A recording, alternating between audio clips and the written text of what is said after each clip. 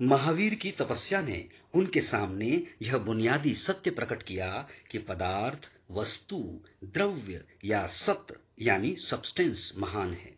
इसलिए वह चाहे जीव हो या अजीव, उसके साथ सम्मान से पेश आना चाहिए। इस अद्भुत अनुभव की असाधारणता एक इसी बात से समझी जा सकती है कि इसे समझने के लिए विज्ञान को लगभग 2500 साल और लगे। 20वीं सदी में आइंस्टाइन के माध्यम से ही वह इसे समझ सका। इसे समझने के लिए राजनीति शास्त्र को लगभग 2500 साल तक और इंतजार करना पड़ा। फ्रांसीसी क्रांति के वक्त ही वह इसे समझ सका। फिर भी आइंस्टाइन ने मूलतः जड़ पदार्थों के संदर्भ में और फ्रांसीसी क्रांति ने सिर्फ मानवीय संदर्भों में ही इसे समझा।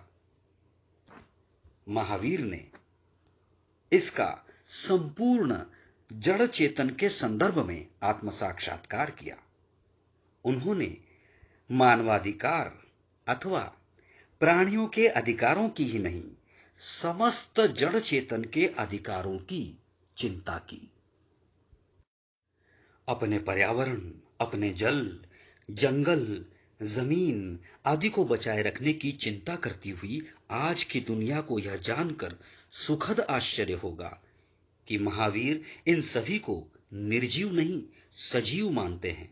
उनकी दृष्टि में संसार में प्राणियों के दो प्रकार हैं, त्रस यानी जंगम और स्थावर। शंख, चींटी, भ्रमर और पशु या मनुष्य क्रमशः 2, 3, 4 और 5 इंद्रिय 2, 3, 4 और 5 इंद्रिय त्रस जीव हैं। वे प्रतिरोध कर सकते हैं, खुद अपनी इच्छा से चल फिर सकते हैं।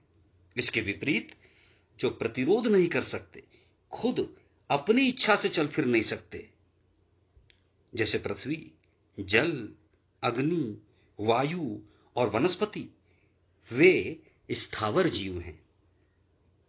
जैन ग्रंथों में इन्हें पृथ्वीकाय, जलकाय, तेजकाय, वायुकाय और वनस्पति काय, एकेंद्रीय स्थावर जीव कहा गया है।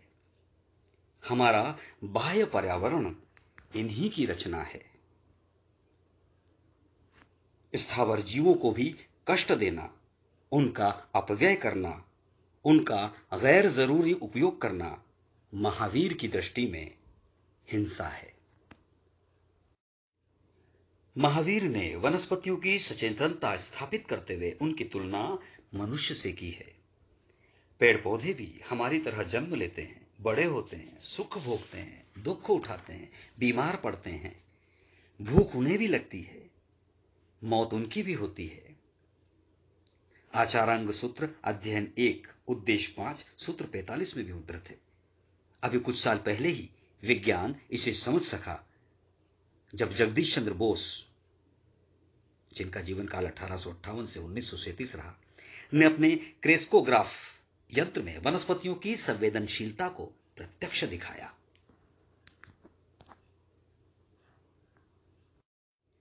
संसार की रचना जीव यानी आत्मा और पुद्गल का कमाल है, किसी ईश्वर का नहीं।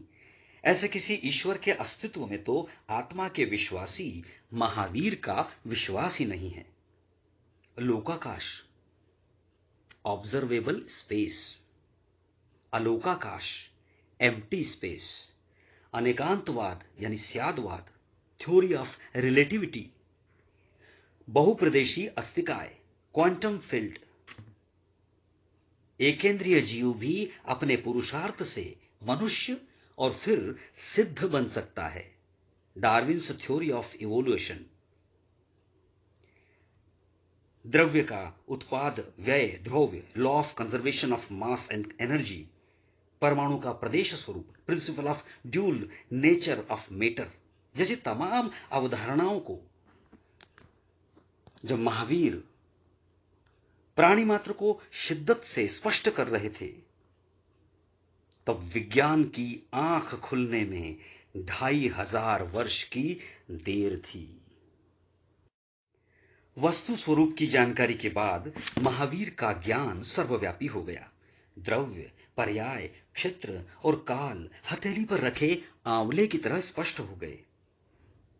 आगत, अनागत और अतीत में भेद नहीं रह गया। वे अपनी अदृश्यता त्याग कर पंक्तिबद्ध सामने आ खड़े हुए। स्व और पर अपने आप ही महावीर के लिए प्रकाशित हो गए। यह सब कुछ बाह्य प्रकाश तथा इंद्रियों और मनोभाव का मुखापेक्षी हुए बिना हुआ। अपनी सर्वज्ञता, अपने केवल ज्ञान से महावीर ने वस्तुओं इंटाइटीज के आपसी व्यवहार के उन मानकों को तय किया जिनसे प्राणी मात्र के व्यक्तित्व के विकास का द्वार खुलता है। उसी से उन्होंने अनेकांत, स्यादवाद, अहिंसा, अपरिग्रह आदि सत्यों को देखा और मानव आचरण में सहिष्णुता एवं परसम्मान को रेखांकित किया। इस जड़ को सींचना है, यह जड़ को सींचना है, जिसके बाद फूलों, फलों या पत्तों को सींचना जरूरी नहीं रह जाता। स्व यानी आत्मा और पर यानी आत्मा से इतर में महावीर ने स्व की महत्ता और असाधारणता को, देह से उसकी भिन्नता और पृथकता को और देह के परत्व को समझा।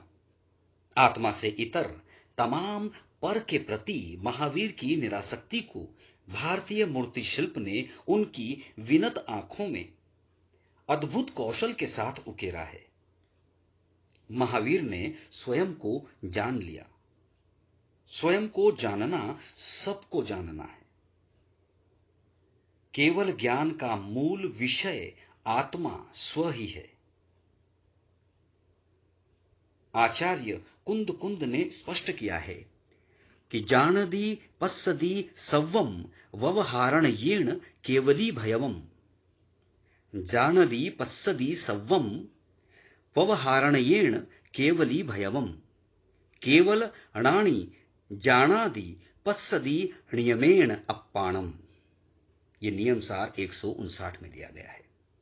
अर्थात व्यवहार से ही कहा जाता है कि केवली भगवान सब कुछ जानते हैं। निश्चय से तो वे आत्मा को ही जानते देखते हैं। एक के बाद एक जैन आचार्यों में इसकी पुष्टि मिलती है। कुंद कुंद से कई शताब्दियों बाद हुए आचार्य जोइंदु का कथन है, अपनी आत्मा को जानना सारे संसार को जानना है। परम पयासु 99। महावीर ने इसी मूल को उपलब्ध कर लिया। वे दृष्टि संपन्न हो गए। दृष्टि संपन्न व्यक्ति सब ओर देख सकता है। महावीर के लिए सब ओर देखना संभव हो गया। आधुनिक युग में दृष्टि संपन्नता की एक हल्की सी झलक हमें महात्मा गांधी में देखने को मिलती है।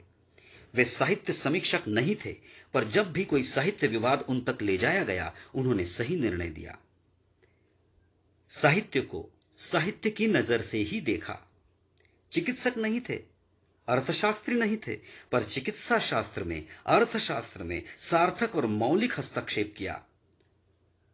दार्शनिक नहीं थे, पर गीता की उनकी अपनी व्याख्या है। समाजशास्त्री नहीं थे, लेकिन स्त्री कल्याण, दलित उद्धार आदि की उन्होंने अपनी निजी मौलिक योजनाओं को प्रस्तुत किया। शिक्षा शास्त्री नहीं थे, पर मातृभाषा, शिक्षा प्रणाली, लिपि आदि पर उनके विचार शिक्षा शास्त्रियों के लिए चुनौती बन गए।